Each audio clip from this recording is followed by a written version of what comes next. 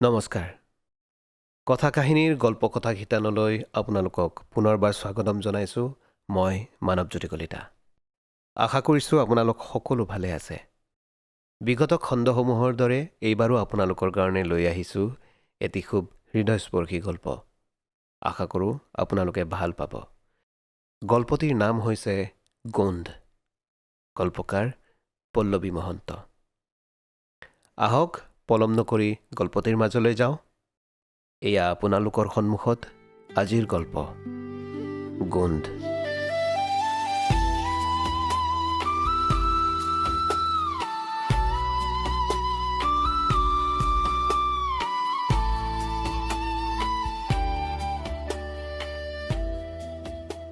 অত বছৰে তাই আছিল এটা ছাটোৰ পৰা ওলাই আহিবলৈ তাইক প্ৰয়োজনতকৈ অধিক সময় লাগিল।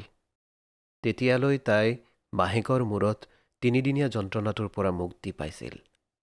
মাকৰ সেই যন্ত্ৰণাটো তেতিয়া জীয়েকলৈ বাগৰিছিল।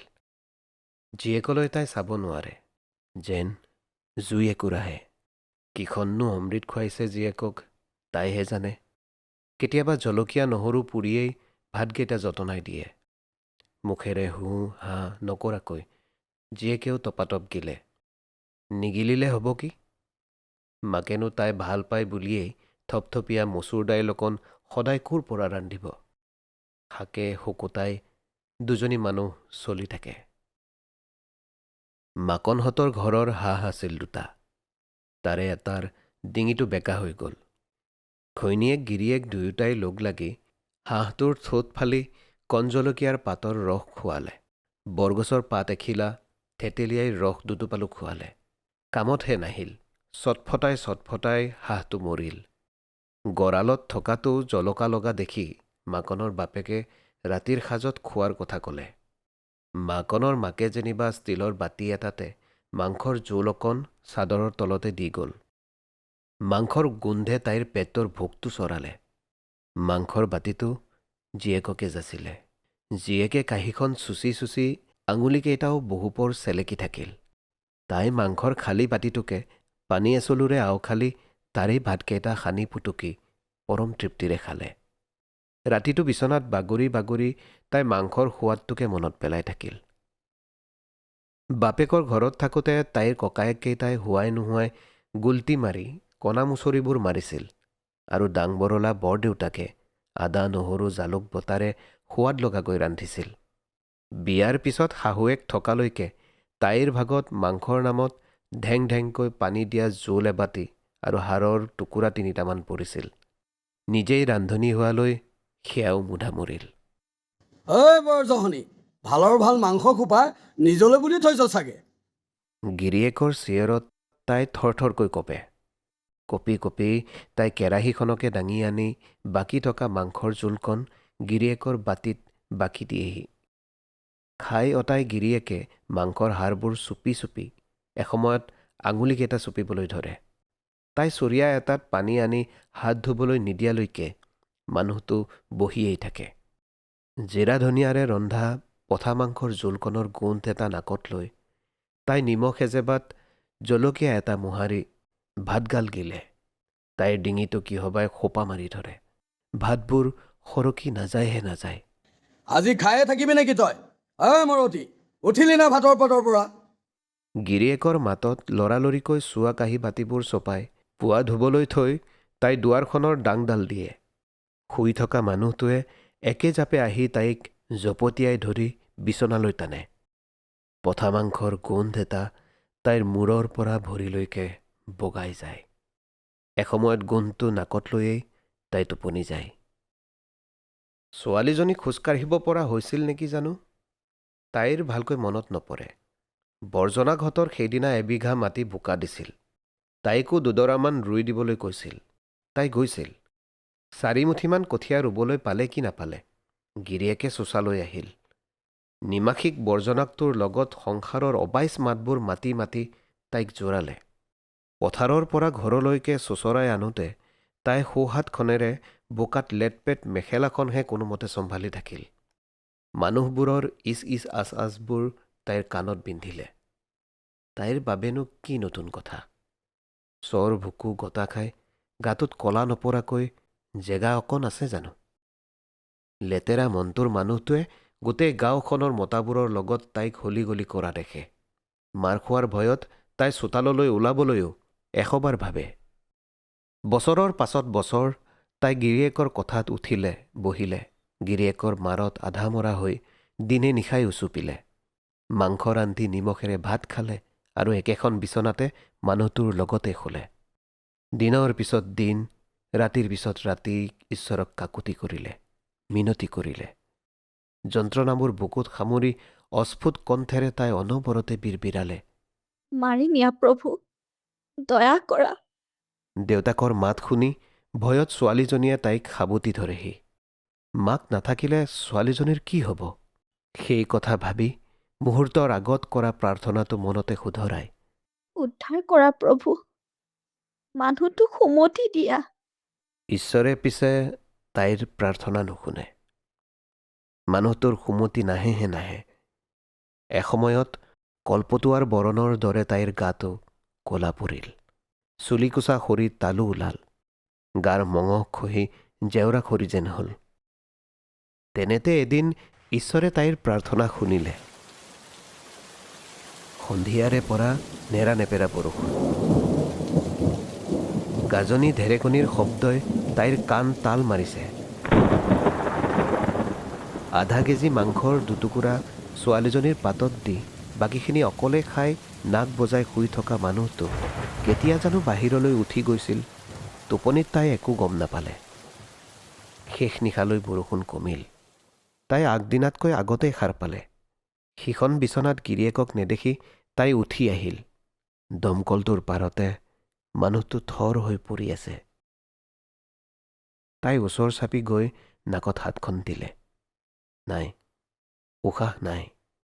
ওপৰমুৱাকৈ পৰি থকা মানুহটোৱে পিন্ধি থকা গামোচাখনৰ ফাকেদি তাই দেখিলে অতবছৰে তাইৰ ওপৰত পুৰুষত্বৰ দম্ভালি মৰা মাংসপিণ্ডৰ টুকুৰাটো অসহায় হৈ তললৈ হাউলি আছে। তাই ঢাকি দিয়াৰ প্ৰয়োজন অনুভৱ নকৰিলে। মানুহটোক তাতে এৰি তাইৰ ভৰি দুটা বৰজনাকৰ ঘৰৰ ফালে আগবাঢ়িল। খবৰ পাই দৌৰি অহা মানুহবোৰে ইচ ইচ আচ আচ কৰিলে। ডাঙৰজনী জায়েকে তাইৰ সেন্দুৰৰ ফুটটো মোহাৰি দিওঁতে তাই এক আচৰিত প্ৰশান্তি অনুভৱ কৰিলে। বুকুখন পাতল পাতল লাগিল। কোনোবা এজনে মৃতকক সেৱা জনাবলৈ ক'লে। হাত জোৰ কৰি তাই ঈশ্বৰক অস্ফুট মাতেৰে ধন্যবাদ দিলে। ঈশ্বৰৰ প্ৰতি কৃতজ্ঞতাত তাইৰ চকু পানী ওলাল। অত বছৰৰ ছাঁটোৰ পৰা তাই হৈ জীয়েকক সাবটি ধৰিলে। ছোৱালীজনীৰ চকু দুটা স্থিৰ। সুখ দুখ একো নাই। মানুহটো নোহোৱা ঘৰখনত মাংসৰ গোন্ধ এটা ঘূৰি থাকে। মাংস ভাত একাহী ডকচি খোৱাৰ হেঁপাহ এটাই তাইক খেদি ফুৰে। মানুহটোৱে বাঁহ, তামোল, নাৰিকল গছ বেচি উদং কৰি গৈছে। ফ্ৰী চাউল কেইটাকে সাৰথি কৰি মাক জীয়েকৰ দিন ৰাতি পাৰ হয়। গাঁওখনৰ অতবোৰ মানুহে অৰুণোদয়ৰ পইচাকেইটা পায়। তাইৰ নামটোহে লিষ্টত নোসোমোৱাকৈ ৰৈ যায়। মাংস খোৱাৰ হেঁপাহ এটাই তাইক টানি ফুৰে। গাঁওখনৰ একমাত্ৰ চাকৰি কৰা মানুহ ঘৰত একমাত্ৰ জীয়েকজনীৰ বিয়া হওঁতে 4টা পথাৰ ভোজ বুলি শুনি মাক জীয়েক দুপৰীয়াতে গৈ ওলাইছিল। খাবৰ সময়ত সিহঁত দুয়োজনীকে দৈ চিৰা খোৱা বয়সীয়াল মানুহৰ লগত বহালে। গিৰিয়েক মৰা বছৰ নোযোৱালৈ আন মানুহৰ ঘৰত চাউল সিজোৱা খাব নাপায় বোলে। পথাৰ মাংসৰ গোন্ধটো নাকত লৈয়ে মাক জীয়েক ঘৰলৈ আহি নিমখ জলকীয়া মোহাৰি ধুৱাই থকা ভাত একাহী গিলিলে। মাকনৰ মাকে দিয়া হাঁহৰ মাংসৰ আঞ্জাকণৰ গোন্ধটোৱে তাইৰ হেঁপাহটো তীব্ৰতৰ কৰি তোলে। মাংসৰ গোন্ধই তাইক বলিয়া কৰি তুলিছে। চাউল এমুঠি ছটিয়াই খাবলৈ মাতি কপৌ এটাক বাল্টি এটাৰে ঢাকি জালুক দুটামান বিচাৰি তাই বৰজনাকৰ ঘৰলৈ গ'ল।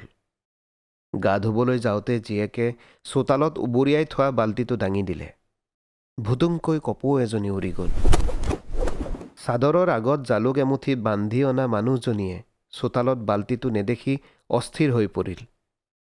নিবোকা মানুহজনীয়ে ছোৱালীজনীক পাৰে মানে বকিলে। বকি বকিয়েই খৰি কাটিলে, কাপোৰ ধুলে, ভাত ৰান্ধিলে। খোৱাৰ সময়তহে তাইৰ মুখখন বন্ধ হ'ল। পুনৰ বকি বকি বাচনকেইটা ধুলে, থলে, বকি বকিয়েই ওলাই গ'ল। উভতি আহোঁতে মানুহজনীৰ মুখখন পোহৰ হৈ আহিল। জীয়েকৰ চকুৱে চকুৱে পৰাত তাইৰ চকু দুটা তিৰবিৰাই উঠিল। আঁঠুলৈকে বোকা।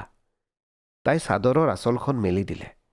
10-12টামান পাত বেং যেনি তেনি জঁপিয়ালে। গোটেইকেইটা গোটাই বাল্টিটোত ভৰালে। খৰাহী এটাৰে ঢাকোন দি তাই ভৰি দুটা ধুলে। জীয়েকক নহৰু এটা গুচাবলৈ দি তাই দাখন লৈ কাঠৰ টুকুৰা এটাত এটা এটাকৈ বেংকেইটাৰ টপিনাবোৰ কাটিলে আৰু নিমখ হালধি সানিলে। টপিনা কটা বেংকেইটাই ভালেমান পৰ চটপটাই থাকিল। বটলটোত থকা গোটেই তেলকণ কেৰাহীত বাকিলে। জীয়েকে মেৰমেৰাই থকা দেখি তাই নিজেই লৰালৰিকৈ নহৰু কেইফুট গুচাই থেতালিলে। জালুক দুটামানো গুৰি কৰিলে। গিৰিয়েক থাকোঁতে তেজপাত, জিৰা, শুকান জলকীয়া থোৱা টেমাটো উবুৰিয়াই দিলত গোটা জিৰা দুটামানো ওলাল। সেইকেইটাকে তেলত দি মাংসখিনি কেৰাহীত দিলে। অলপ লৰচৰাই থেতেলিয়াই থোৱা নহৰু কেইফুট আৰু জলকীয়াৰ গুৰি ছটিয়াই শুকানকৈ ভাজিলে। ধুৱাই থকা ভাত একাহীৰ লগত পাত বেঙৰ টপিনাবোৰ মাক জীয়েকে পৰম তৃপ্তিৰে চুবাবলৈ ধৰিলে। মাংসৰ গোন্ধটো সিহঁতৰ কাঁহী দুখনৰ পৰা গোটেই ঘৰটোলৈ বিয়পি পৰিল।